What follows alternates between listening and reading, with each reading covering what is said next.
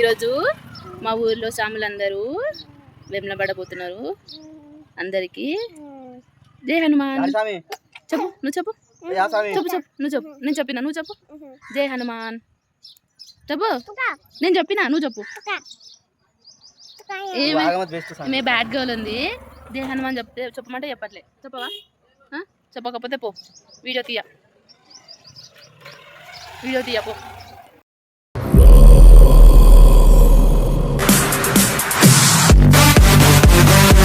అసలు ఈ వీడియో ఏంటి అనుకుంటున్నారా? మా ఊర్లో స్వాములందరూ వేములవాడకి కొండగట్టుకు వెళ్తారు.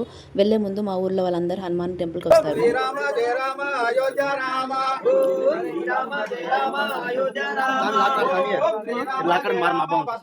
ఇది మా ఊరి హనుమాన్ టెంపుల్. మేము స్వాములని స్వాగనం పనికే ఇక్కడ నుంచే స్టార్ట్ చేస్తాం. ఇక్కడికి వచ్చి దీపాలు పెట్టేసి కొబ్బరికాయ కొట్టి పూజ కంప్లీట్ చేసుకొని ఇక్కడ నుంచి సేవలాల్ మహారాజ్ టెంపుల్కి వెళ్తాము. ముందు స్వాములందరూ భజన చేసుకుంటూ వెళ్తారు. వెనక లేడీస్ వాళ్ళని స్వాగనంపుతూ పాటలు పాడుకుంటూ వెనక అందరం కలిసి వస్తూ ఉంటాం. మా ఊర్లో అయితే స్వాములని ఇలానే సాగనంపుతాం. మరి మీ ఊర్లో ఎలా సాగనంపుతారు అనేది కామెంట్ చేయండి. మా ఊర్లో ఎలా సాగనంపుతారు అనేది మీకు డీటెయిల్గా మొత్తం మీ వీడియోలో కంప్లీట్గా తెలుస్తుంది.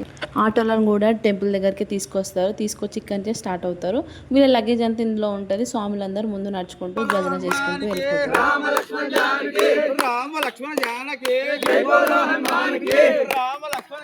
చూసారు కదా మా ఊరు అంతా. మా స్వాములను సాగనంపనీకే మా ఊరంతా కదిలి వస్తుంది. మాకు చాలా మంచిగా అనిపిస్తుంది ఈ పద్ధతి. నేను ఎక్కడ చూడలేదు. లాస్ట్ ఇయర్ నుంచి నేను ఈ పద్ధతి చూస్తున్నాను అసలు మా ఊళ్ళో. అంటే మా అత్తమ్మ వాళ్ళ ఊళ్ళో.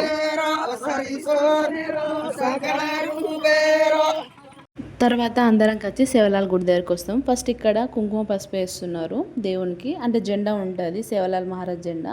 అక్కడ జెండా తర్వాత భవానీ మాత దగ్గరికి వెళ్ళేసి మాత దగ్గర పూజ చేసి అక్కడ నుంచి పక్కనే సేవలాల్ ఉంటారు. సేవలాల్లో కూడా మొక్కేసి మంచిగా వెళ్ళి రావాలి స్వాములందరూ అనేసి కోరుకొని అక్కడ నుంచి మళ్ళీ అందరం కలిసి బయలుదేరుతుంటారు.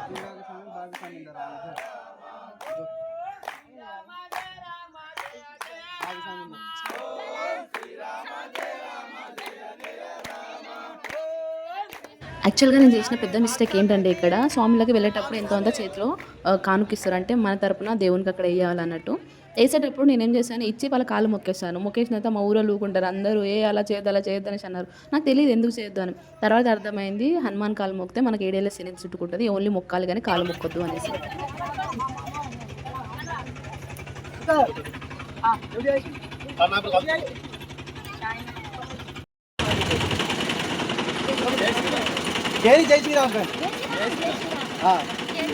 ఇంకా మన ఇష్టం అది, ఎంత ఇస్తాము ఎంతమంది స్వాములకు ఇస్తాము అనేది మన ఇష్టం. కానీ అందరు స్వాములకు ఇస్తే కూడా చాలా మంచిది.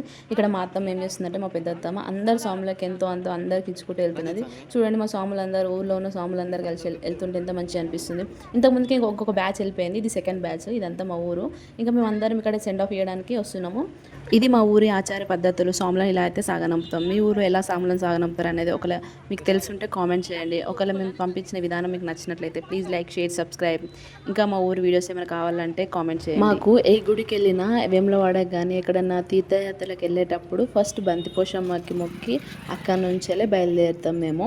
బంతిపోషమ్మకి ఇంకా స్వాములందరూ మొక్కి కొబ్బరికాయలు కొట్టి అక్కడ నుంచి వాళ్ళు బయలుదేరిపోయారు. మేము ఇంటి బయలుదేరిపోయాం. ఈ వీడియో కానీ మీకు నచ్చినట్టయితే please like, share, subscribe. Thank you for watching.